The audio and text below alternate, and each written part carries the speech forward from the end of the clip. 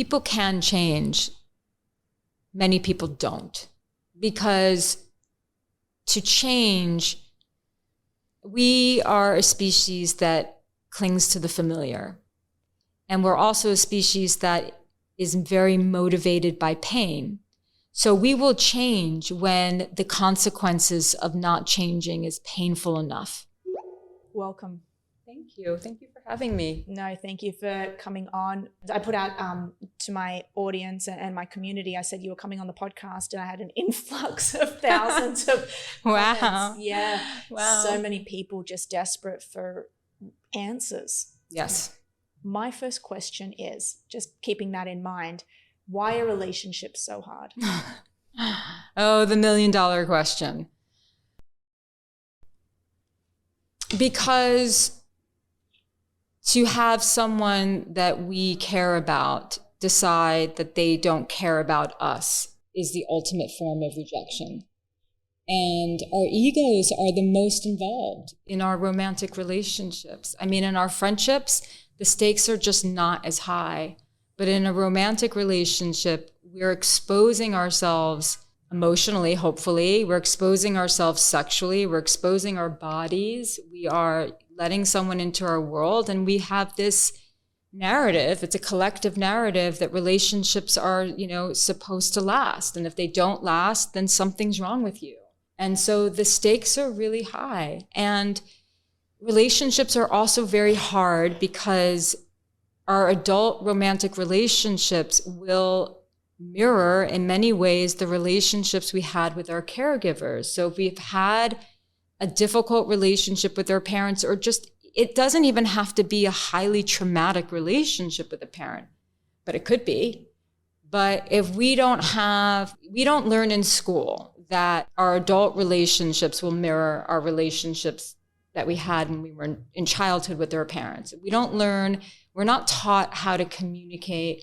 We're not taught that what projection is, and that when we're in a romantic relationship, there's going to be something that our partner or lover says that's going to remind us of something that happened when we were 15 or 3 or 25 with our ex, fiance or whatever.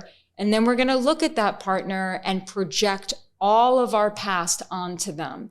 We're not taught the nuance and the complexity of our psychology and how it manifests in our adult relationships, and that it takes a lot of mindfulness, awareness, compassion, and self-awareness to not do that. And then to communicate in such a way that fosters closeness rather than resentment or a gap. Yeah, it's so much. I could go on and on, but yeah. I've heard you say, actually, I read a statistic the other day about the divorce rate, which is getting, I think we're at maybe a 50% divorce rate trending upwards, which is even more scary, because I feel as though that there's so much on the line when it comes to divorce. You think about it logically, take romance out of it, and you think, okay, we have to have the splitting or a divorce of our finances, our assets, maybe our kids. I think it's such a traumatic thing in itself. But then why is the divorce rate going up, and why is it trending upwards? I think it is trending upwards because people in today's day and age don't really honor the sanctity of a long-term, I'm not going to say marriage, because I just think that's an institutional thing, but we don't have a lot of really great examples of enduring love, like what it means to be with someone through thick and thin. And that does not mean, just to be clear, that you remain in something that is unhealthy, toxic, or abusive in any way, shape, or form. But let's put that to the side for a moment. It's really, as hard as it is to get a divorce, people think, well, if it doesn't work out, then we'll just get a divorce. So people are entering these relationships with the back door very much in the forefront of their mind. Like, if it doesn't work out, we can just bail. And I think that people are really losing an understanding of what commitment is. And like I said, you don't commit through you have to have a standard, and that is, there cannot be abuse. And sometimes, yes, we do grow apart. And sometimes after a while, like, it's run its course. These things do happen. So I am not in any way, because people can really misread this, I'm not in any way saying just stay in a relationship because that's what you're supposed to do. But however, and people think, oh, it's, we're going through a rough patch, I'm out. And it's like, hate to break it to you, but the people who have made it many, many, many years and they still love each other, they still sleep in the same bed, they still hug each other, they still admire and respect each other. It's because they actually stay committed to each other through the hard times, and they didn't leave at the first sign of strife. I find it fascinating that, so I come from an immigrant background. My parents are from Cyprus, and, a lot of our family is. So it was more so like an arranged marriage. And what I'm observing now, in my 30s, they're all married. My parents are still married. My aunts, my uncles, all still married, and they didn't evidently choose it wasn't for love. They didn't go out and say, oh, it was more so, okay, the families met, and that seems to play a part in longevity in my Absolutely. You're not just committing to the person, you're committing to the relationship. You're not just committing to the relationship, you're committing to the family. And it's a value system. It's a value system that says, it's not about just finding the next shiniest object. It's not about like, oh, the grass is greener on the other side. I have a commitment to building a family and to loyalty and to making things work. That's a value system. That's hard to find sometimes. Well, it's also, people are finding it very hard to find within themselves. Yeah, absolutely. Okay, I want to unpack everything, because on this podcast, we speak about reaching physiological health. And it's become apparent to me now that this is a circle or a quadrant, if you will, where you've got your physiological health. That's, you staying fit, you staying healthy, you've got nutrition, but you also have to marry psychological health, you have to marry emotional health. And oftentimes, especially on this podcast, I don't tend to focus too much on the emotional health, because you don't think about that. You more so just think about health and body. But it's interesting, because if I look at the cohort of my clients who are all, well and truly, married, kids, the biggest stress they have comes from, we've got kids, not in a bad way. It's just that, Louisa, I didn't get much time to sleep last night because the kids woke me up, or I got to go home, or the wife is doing this, or the husband's doing this. So there's a lot of emotional and mental stress that happens from a marriage. And I heard you say something super fascinating, and it was related to divorces. And you said there's a real, or breakups. And you said there's really the biggest reason that you've seen for people ending relationships is stress. Mm-hmm. So people think that their relationship or their marriage will improve once the stress reduces in their lives, when really it's how we react to the stress in our lives that ultimately improves the relationship.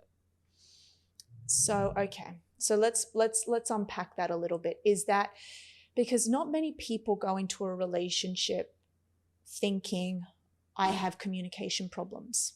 Or, they often arise. Unfortunately. I mean, we should all enter a relationship very humble, saying, I have a lot to learn. Yeah. But okay, what if we don't? Yeah. Okay. And small things start. So how does the stress start to build up? Well, stress is really just like, look, if you are in a long-term relationship or marriage and you have kids and all of that, of course, there's going to be, these are real stressors. Parents die, mental illness, physical illness, children, all these things. There's all these things that happen in the course of a person's life and within the course of a person's life with another person that is indeed very, very stressful and certainly not sexy. But the goal of a relationship is to stay connected.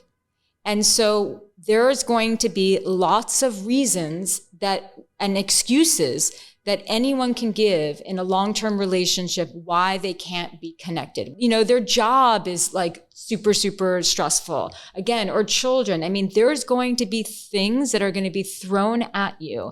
And that's why to be in a long-term relationship, you need a certain level of grit and resiliency. And you've got to master what's up here in your brain. You've got to master your psychology, because shit's going to get really real. And so what you have to do is recognize, okay, these are all the things that are happening. And this is what we have to do, whether we're in a relationship or not, by the way. Life can be very hard and very stressful. And one of the ways in which we have to take responsibility for our lives, if we want to suffer less, because we are going to suffer, is learning how to face the uncertainty in our lives, because it's going to be there. So I don't know. That's a therapist, that's a mentor, that's working out all the time, you know, not all the time, every day. That's, you know, maybe quitting your job and starting a new job. I mean, we're going to have to make so many decisions in life, you know, when we're going to have to make changes in our life to make things easier. And these are the things that we have to do. So what I see happen a lot in these relationships is, oh, but I've been so stressed at work, and work's been like, you know, this and that. And, you know, the stress is real. The stress is, if I don't achieve at work, I'm worthless, because my dad taught me from a very young age that like my identity is really wrapped up in the work that I do, right? So this stress is not just, it's real, and it goes very, very deep. Some stress is so overwhelming because it strikes a chord within us that has to do with something that started in childhood. You know, we have a belief system that says that we have to achieve a certain way. We have a belief system that we have to be a different mom to our child than our mom was to us. I mean, we really can make things very difficult for ourselves.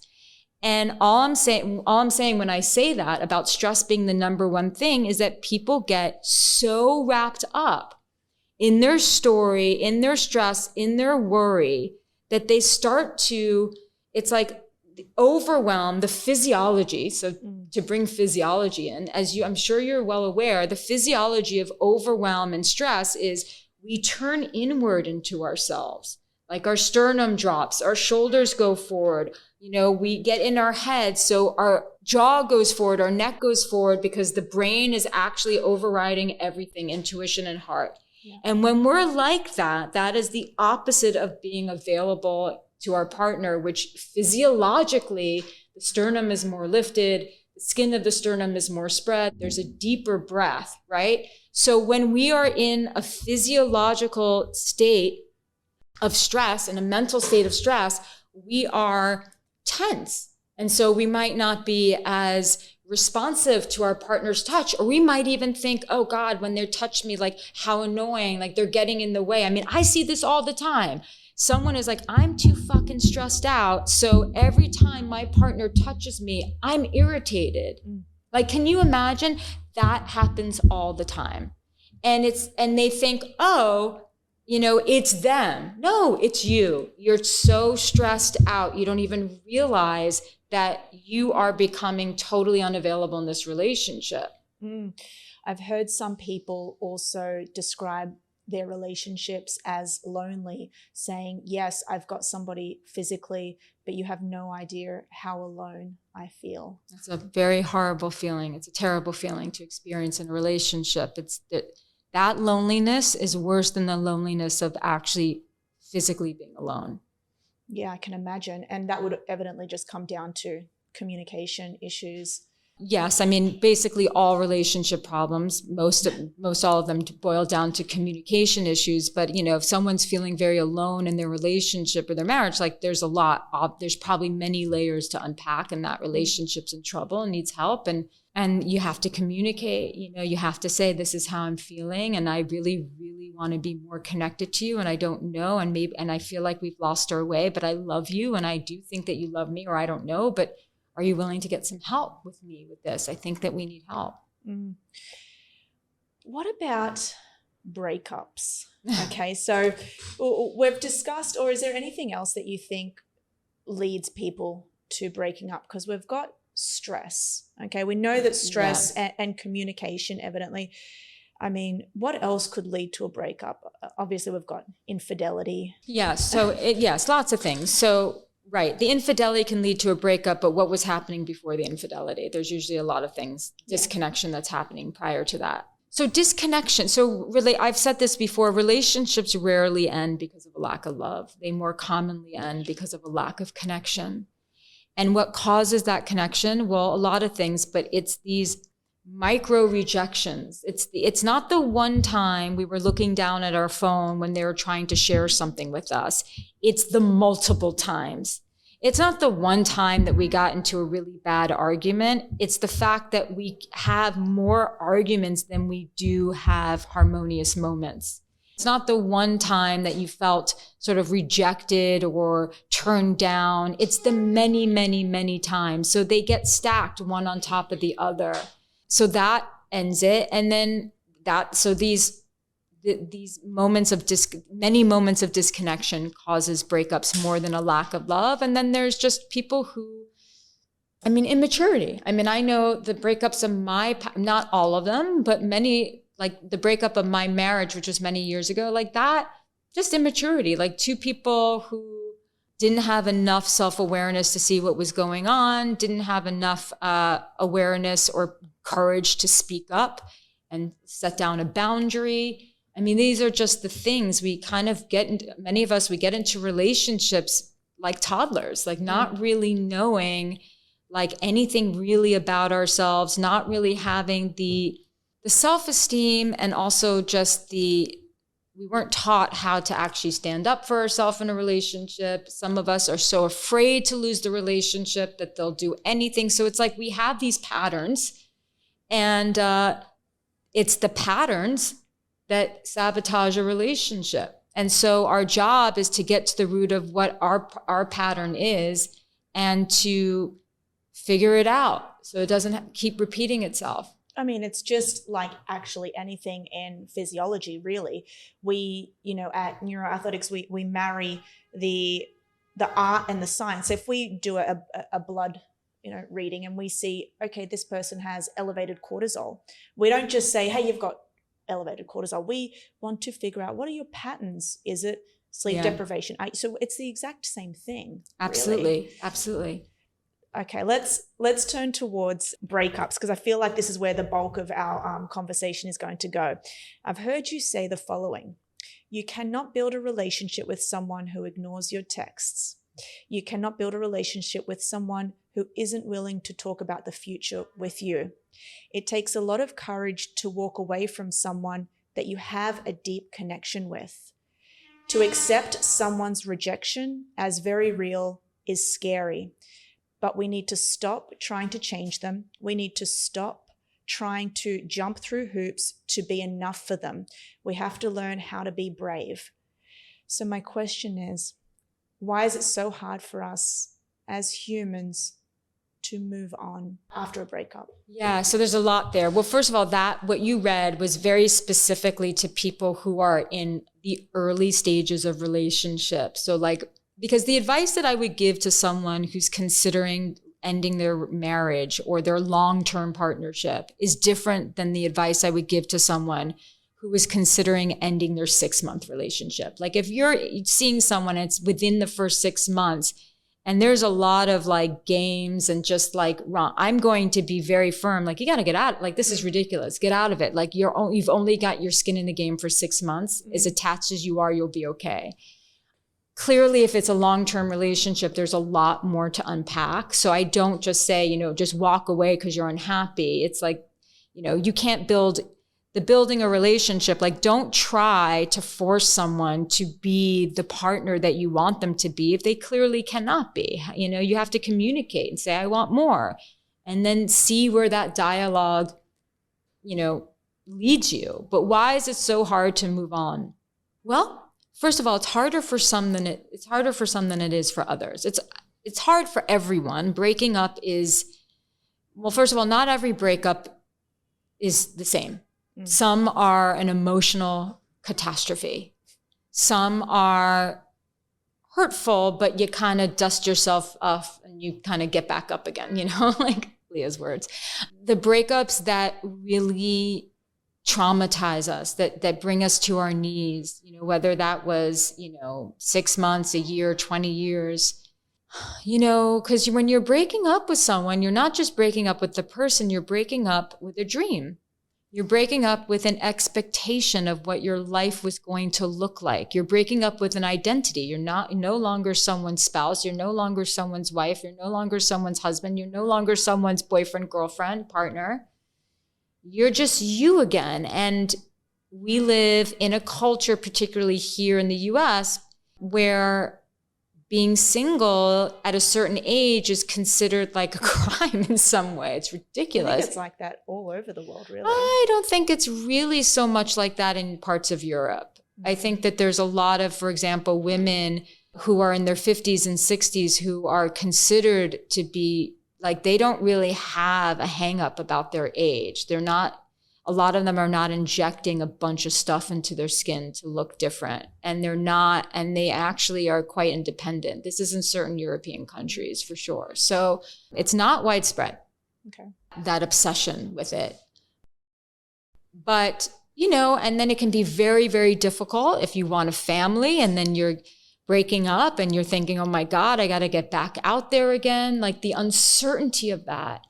And, the Buddha said that life is suffering, and the reason why life is suffering is because we are attached and we get attached. We're meant to attach. We're pack animals, and letting go of someone that we love means that we have to face, like I said, the letting go of a dream. It means we have to face ourselves in many ways. And we also have to face this story that so many people tragically arrive to, which is, particularly if this is someone who's been broken up with, is I'm not good enough. They have to face this feeling of abandonment.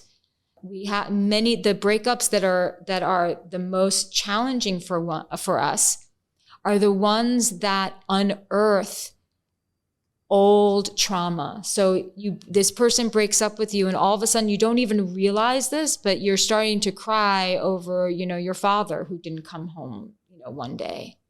And you're crying over, all the people who have broken your heart. And then you're crying over the fact that you're alone. And then maybe you're crying over the fact that you're a certain age, so you're worthless. So the breaking up is not just the person. It is so many other things. They're all deluded thoughts that are based on our experiences and conditioning. They're very real, but they're not based in the truth. I guess that would be difficult, right? Let's just say somebody went through a traumatic breakup, but then they got back with the person for whatever reason. They broke up and they get back with the person thinking, well, things are different now. Yeah. Then the exact same breakup happens again. And then they just feel like it's a tragedy. What have I just done? I should have learned the second time. Mm-hmm. And then, and then they're thinking, do I go back into this? And I guess my question is, do people really change? People can change. Many people don't. Because to change, we are a species that clings to the familiar. And we're also a species that is very motivated by pain. So we will change when the consequences of not changing is painful enough. But if the consequences of not changing is just not that uncomfortable, then we likely stay the same. Look, there are people who break up and get back together and it works out. But those people really took time to self-reflect, to really look at their part, to change, to get help, to evolve, to grow. And the people who don't, the people who break up and think they have to go fix themselves right now, they've got to change. And then if they come back and beg enough for me and prove to me that they've done all the work, I'll get back together with them. Yeah, it never works because you are still you and you have a pattern and you have a pattern in the relationship. So if you think they're the only one who has to change, guess what? You're going to get back together with them and they might be different, but you won't be different. And so you'll just start fighting again. What about attachment styles? Yes. I think so popular right now. So popular. Oh, what did I read? I read this book and I forget what it was called, Love or something. And it actually, you looked at the attachment styles that you grew up with. Again, it goes back. Everything seems to go back to childhood. It does. Everything seems. Well, not everything, because most things go back to childhood, but we have a conglomerate of influences. We have Hollywood. We have literature. We have our teenagehood that has to do with our peer groups. So yes, things do go back to our past, but not everything has to do with parents, but a lot does, for sure. What about how we choose to break up for whatever example? Do attachment styles come into play there? Well, yeah, someone who is so there's your attachment style, and then there's the person with a certain attachment style who has done the self-reflective work and communicates and is mature. So like anything else, the more conscious and self-aware we can become in our relationships, the better, regardless of who raised us or who did not raise us. The more we can be honest, the more vulnerable we can be, the more that we can stand up for ourselves, listen, all these things. It doesn't matter what your attachment style is. That's really the point. The point is that we have to learn how to be better communicators. But yes, so for example, an avoidant who hasn't done any work on themselves in this regard and is acting very childish will likely end a relationship very abruptly. The anxiously attached might stay too long,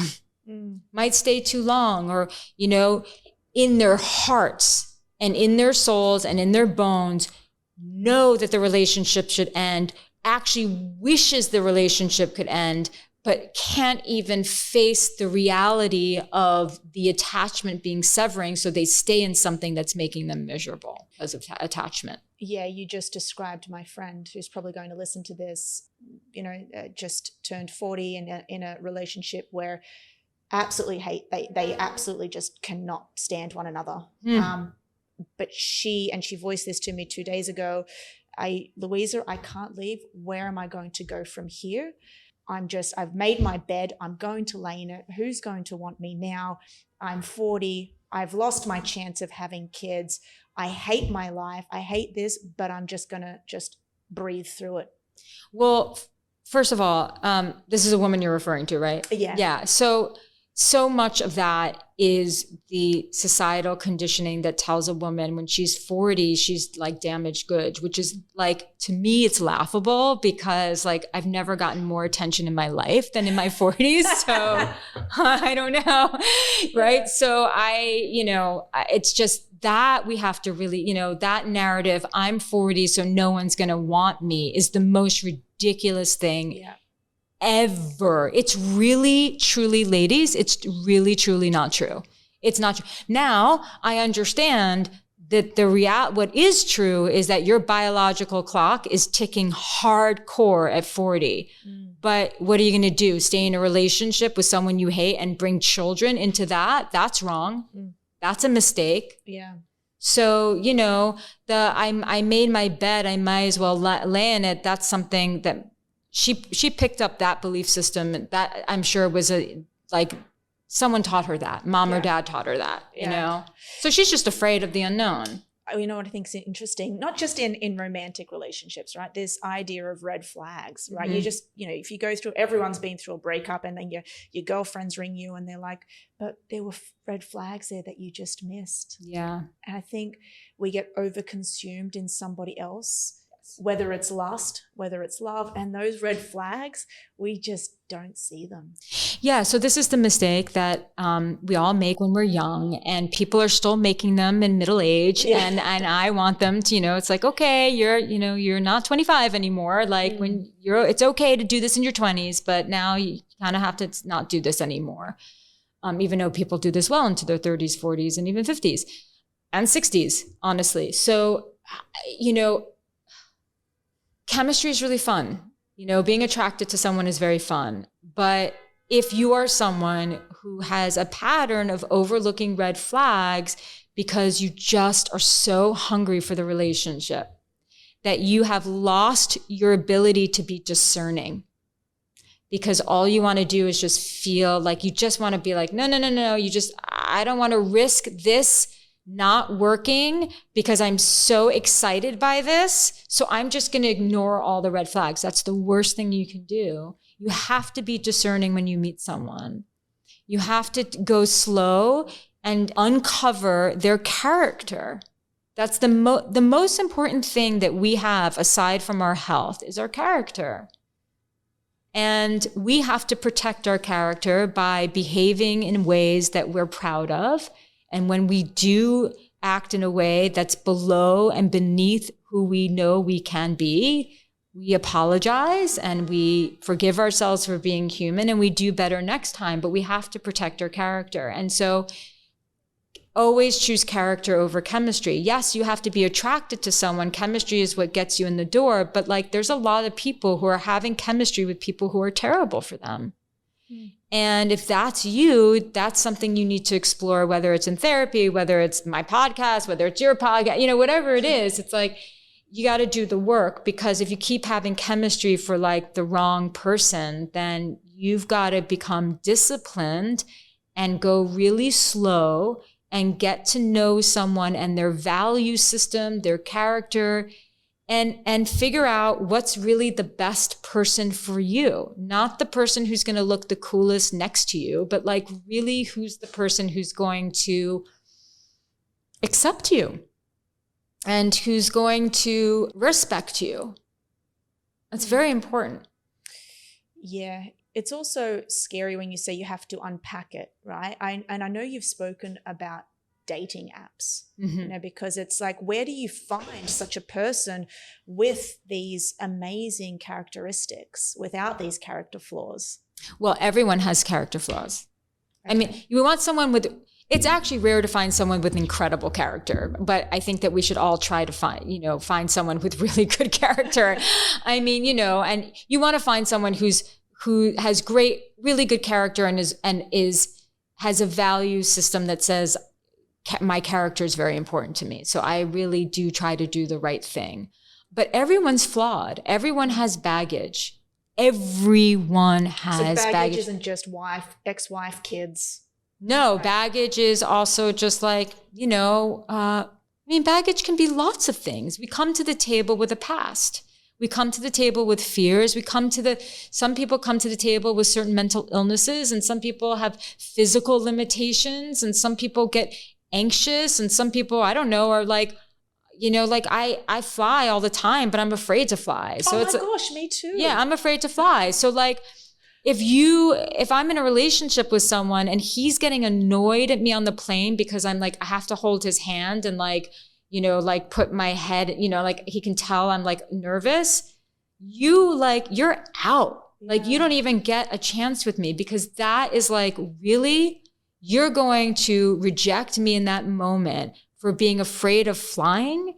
That's ridiculous. That's totally ridiculous. So that's what I mean about acceptance. And people have flaws. Here's the thing. You got to go into a relationship and say, this is who I am, but this is who I want to become. And these are the things that I struggle with.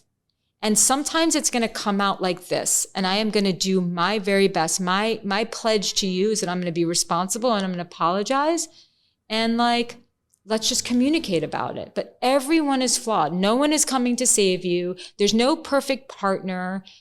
Don't stop looking for your king and looking for your queen and using that kind of language, which I really just think is ridiculous. I mean, you want someone who gets you, who accepts you, you get and accept them.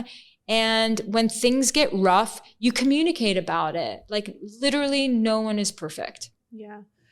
What are some common red flags that we should all look out for?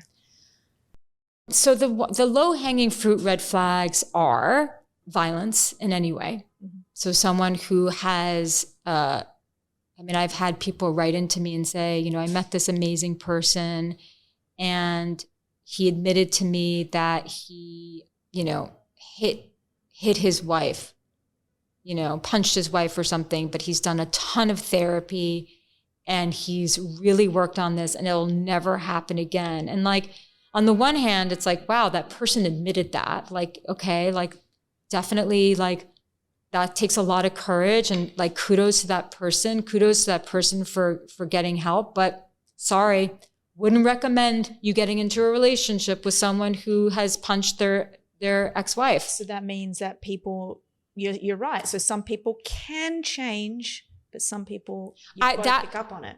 It's not, he may have changed. I don't think, you have to weigh out your risks. Yeah, no, that's true. You have to weigh out your risks. Like you want to be in a relationship with someone who's had to work on not being a violent person. I just don't recommend it. So violence, also violence with words. Addicts. Anyone who's an addict who is not sober, that's a red flag. Red flags are people, when you see someone be mean to others, how they treat others, they're rude. A red flag is someone who you meet them and all they do is talk crap about their exes. That's a huge red flag. It's like, really? So you had nothing to do with that. So clearly you've taken no time to self-reflect on your part. So you're just going to trash talk your ex. That's a huge red flag. Those are the main ones, right? And then there are other red flags that are much more personal. It's like if you're someone who tends to get very anxious, then you want to be with someone and then you meet someone and they're like not that empathetic toward your anxiety. That's a red flag for you. That's just like not a match for you. That doesn't mean that that person is a walking red flag, but they are a red flag for you. Wow. It feels as though like it's a full-time job sometimes. I know, but you know what? Well, full-time job, what? To find someone? To find someone, to find the right person, to source through them. I know. Well, people think that it's really not true, but it's a big job if you've got a track record that reflects a lot of hard or unhealthy relationships. Yeah, you've got your work cut out to you, but don't let that discourage you. Let it inspire you, because with just some work and with you staying awake and this is, look, you meet someone and you're like, something they said kind of gave me pause. I'm not sure. Don't write them off. Talk to them about it.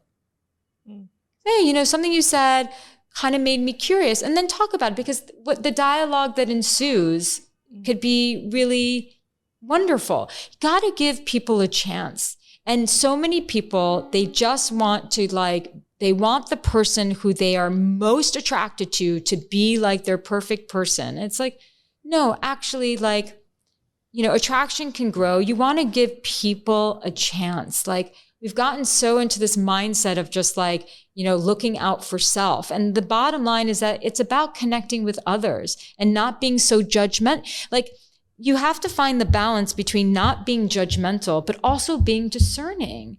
And it really just depends on who you are. If you've been hurt a lot, like I said, there's just a track record of unhealthy relationships.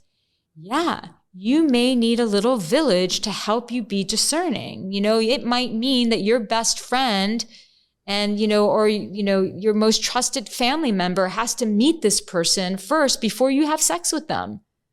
Not that that's like a guarantee, but if you are someone, for those listeners who've been in toxic relationships, or they've been in a relationship, with a narcissist, or they've been toxic in relationships, they have to take a minute, take a breather, and really approach dating from a much more cautious place. Do you believe in love at first sight? No, that's what I remember. I got asked this question already, and I love that I got asked this a lot. No. Lust at first sight. Lust at first sight? Attraction at first sight. Interest at first sight. Attraction at first sight is a real thing. Attraction. Oh, yes. No. Yes. I believe in attraction at first sight, lust at first sight. Love? No.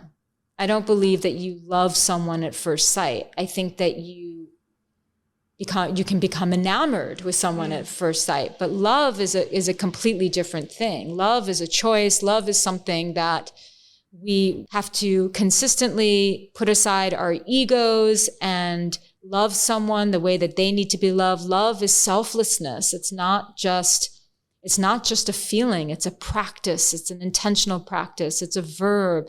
It's not just a feeling. So I don't believe in love at first sight.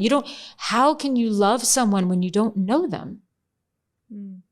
Takes a lifetime to get to know someone, right? Well, yes, in many ways it does. And that's a beautiful thing, because that means that if you're in a relationship of 10 years and you're getting bored, well, guess what? You can get curious and see a completely different person in front of you. Coming back to change, people in small ways change all the time, like our preferences change, our dreams change, our direction in life change. And so when you're in a relationship with someone long term, there's going to be many times where you're going to have to accept when your partner is like on a different path, following a different dream. Yeah, it's very scary. It can feel very threatening, but the couples who really endure the longest embrace each other's change. Something I'm seeing a lot of, and when I say this on the podcast, I meet a lot of people. Just it's given my job. So I hear a lot of things, and people also write in.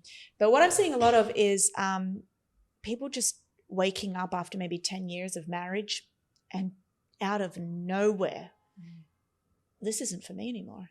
I love you, but it's not for me anymore. It's not what I want. I realized I want this, and they've just backdoored at exit, and it's And I think, wow, someone can just 10 years into it, just wake up. And I'm sure you've heard this before. I don't know if you have, but how does that happen? That usually has absolutely nothing to do with the relationship and everything to do with an existential crisis happening within the person who wants to leave. Like a midlife crisis. Yes, a midlife crisis is really just a point in a person's life where they are bored, unfulfilled, struggling to find meaning in their life, and they don't know which direction to take. And so they think, if I just blow up the whole thing, that'll be the thing that shakes things up. But that's very destructive, because we want to be able to make these changes to our lives while staying connected. Yeah, I think to me that would be the scariest thing. Yes, it is quite scary. Do you think there is the right person out there for everybody? I believe that there are many right people for us. I don't think that there's an unlimited amount of right people, but I don't believe in the one. I think that we choose who the one will be. I think there are many the ones. We do actually change over time. Our priorities shift as we age. We have certain life experiences and we think, oh, I was going to go left, but now it looks like I really should go right. So things change, we evolve, and like I said, our priorities change. So what was like once really important to someone 10 years ago in a partner might be very different now. And I think that, it's like, how do I say this without it being a total buzzkill, which is that, at the end of the day, you have to learn how to love a perfectly flawed human. You have to learn how to love an imperfect person. And so I think that the quote unquote right person for you is, like I said, someone where the both of you accept each other. You really, really accept each other for who you are, and you respect each other, and you're good friends with each other, and you communicate with each other. You can do that and feel that with someone, that person's right for you. Do you think friendship is a really great foundation to start a relationship? I do. I think it's a wonderful foundation. I mean, look, we will always have to balance in a relationship passion and friendship. We're great friends, but I still actually want to have sex with you. That's always going to be a balance. But your friend is the person who you trust. Your friend is the person who you respect. Your friend is the person who you can be your goofiest self with. You need that. I can't even imagine being in a relationship with someone where you can't do that. I mean, I have done that, but I couldn't imagine it now in my life. You have to really be able to feel that. And I think that At the end of the day, the couples who I've admired the most, who I know for a fact are strong couples, even with their problems, they have a very strong foundation of friendship, every single one. Yeah, I love that you said that, because oftentimes we look at social media and we see what we see. Yeah. Right. We see, oh, they've got the perfect white picket fence. They look so happy. Why am I not as happy as them? Yeah, it's a Why trap. do they have everything going on? Do you find that? Oh yeah, all the time. I've even felt it in myself. And then next thing you hear is like, they're divorcing. Yeah. Yeah. Yeah. You don't believe what you see in social media. You never know what goes on behind closed doors. And I'm going to butcher this statement, but my friend's grandfather has a saying that is something along the lines of, you never know what's going on in a relationship unless you're sleeping underneath their bed. Ooh, I love that. Yeah, it's a good one. Yeah, because you'll never know. We don't know. It's like when you hear of divorces and you think, what happened? It's like, you'll never know. Yeah, what you happened. don't know. No. Yeah, that picture that you saw on social media, it's got nothing. Yeah, you don't know. So when is enough enough? Yeah, when is it time to leave? It's one of the questions that I get all the time. And it's, I wish there was an easy answer for this. And there isn't, because every relationship has its own complexity and some are very complex. But here are some guidelines. So if there's abuse, it's a wrap. You got to get out. Is that emotional as well? Verbal, emotional meaning manipulation. You're manipulated. You are put down, you're criticized, you're stonewalled, you're given the silent treatment, you're ignored repeatedly. Yes. And that stands for somebody who leaves the relationship, comes back, leaves the relationship, comes back. That's a form of...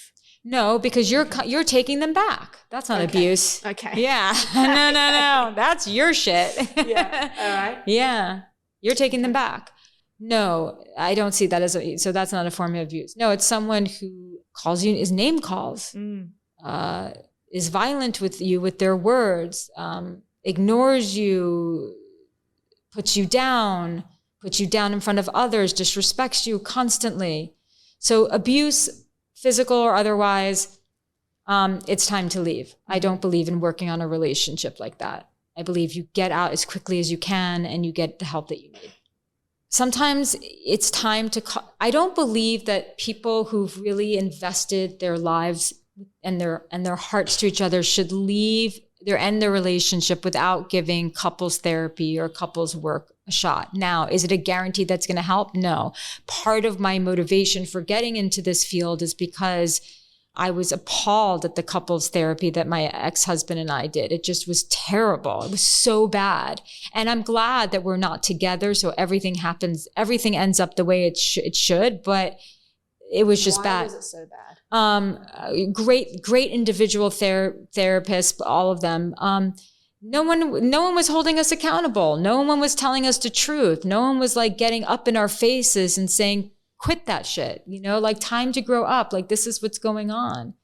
And I think that that's what people need is compassion, but tough love too. I don't think that people should end their relationship before communicating their needs. And the number one thing is when people are unhappy in a relationship, they become absolutely obsessed with themselves. It's all about their needs not being met, their unhappiness. This is not a judgment. I've been there. We all do this. What they're not getting. And they rarely stop to think, what am I not giving? What am I not fulfilling in them? Because if you're unhappy in your relationship, big chances your partner's unhappy too. So the two of you have not done a great job at making this relationship work. Again, we're shelving abuse and all that, right? We're not talking about that. So you need to really have an honest conversation. Like people have to have the difficult conversations before they end their relationship. They have to lead with love, lead with vulnerability, lead with telling the truth, and have the conversations that are really scary and dare and rock the boat and see what happens. And I don't think people should end their relationship, an important relationship, break up a family without having those conversations. Now, it might mean that you still have to end the relationship, but at least you know that the two of you really did what you could to make it work. And then hopefully you can end it with some gratitude for the time that you had in each other's lives, and with kindness and with just, civility. That's the goal. Mm. Yeah. So, if you haven't told the truth, now's the time to tell the truth. If you haven't asked for what you needed, now's the time. If you haven't asked them what they needed, now is the time. If you've been stuck in your head with resentment, now is the time to deal with that resentment. Yeah. So, yeah. Bringing this full circle. Yes. Let's talk about some happy things. Like, okay. What can we be doing to set us up for a successful long-term relationship? So I think that single people should be learning the skills of good relationship now before they met the person. So instead of skimming through content on social media that's not directed at people who are single and dating, you should be actually consuming as much content and is reading as much books on how to be a great communicator and how to have a great relationship now. So prepare yourself now. Deal with any old stuff, like if you're saying, men suck or women suck, like guess what? You're going to have a really shitty relationship. Mm. So you got to figure that out. So anything that's sort of that you think is blocking you from opening your heart and opening yourself to love again, like that's something that you need to explore and get to the bottom of, because, it's very scary, but if we close our hearts, then we're not going to get what we want. So I love how you said that love is a commitment. It's not something that is just based on attraction and chemistry. It is something that you say, okay, I am in this. Mm-hmm. And it's basically something that I refer to this often in the Bible. I'm not very religious, but in the Bible it says many things about going through life and going through life with another person. But it only says one thing about choosing a partner. Mm-hmm. And it says you should choose a partner you should choose a person that you would go to war with. Mm. Yeah. I haven't read the Bible, but I do love that. And I agree with that. I really believe that you want a partner, like you want a partner in crime. You want someone who it's the two of you and you are facing life together. And life for certain people and for all of us on some level, if you're going to do life with someone, things are going to get difficult, not just between the two of you, but just in life. And so there's going to be battles and wars that you're going to have to face in your life. And you want someone who you want to do that with, who you trust in a foxhole. Mm. And maybe that person doesn't look exactly like your idealized version of what a person should look like. Maybe that person, maybe that means that you have to stop projecting mom and dad onto this person. Every time they're unhappy, it's like, oh, well, my mom was always unhappy, so now this person's a problem. Like, we have to really, really be self-aware. And yeah, maybe that person isn't exactly who you thought it would be. But when you do find that person, or you get an inkling of feeling that safety when you're around that person, that tangible release of your nervous system, that you're like, oh, I can really be myself with this person. Don't let that go. That's what it's all about. Yeah. I love that. Find somebody who's good for your nervous system. Yeah. So you're writing a book. I am. Oh my gosh. So this is amazing because I think we all need it. Is it about communication? It's about love and relationships. Yeah. And teaching you all the do's and don'ts, I guess. Basically all the things that you really need to do, and the things not to do. And it's, there's going to be a lot in it. There's going to be, case studies in it. There's going to be little exercises that you can do in it. I think it's going to be great. I need to buy like 1,000 copies and just hand them out to my friends. Please. Like as they walk in the door, I'm going to say, here you go. Here you go. Love it. That's great.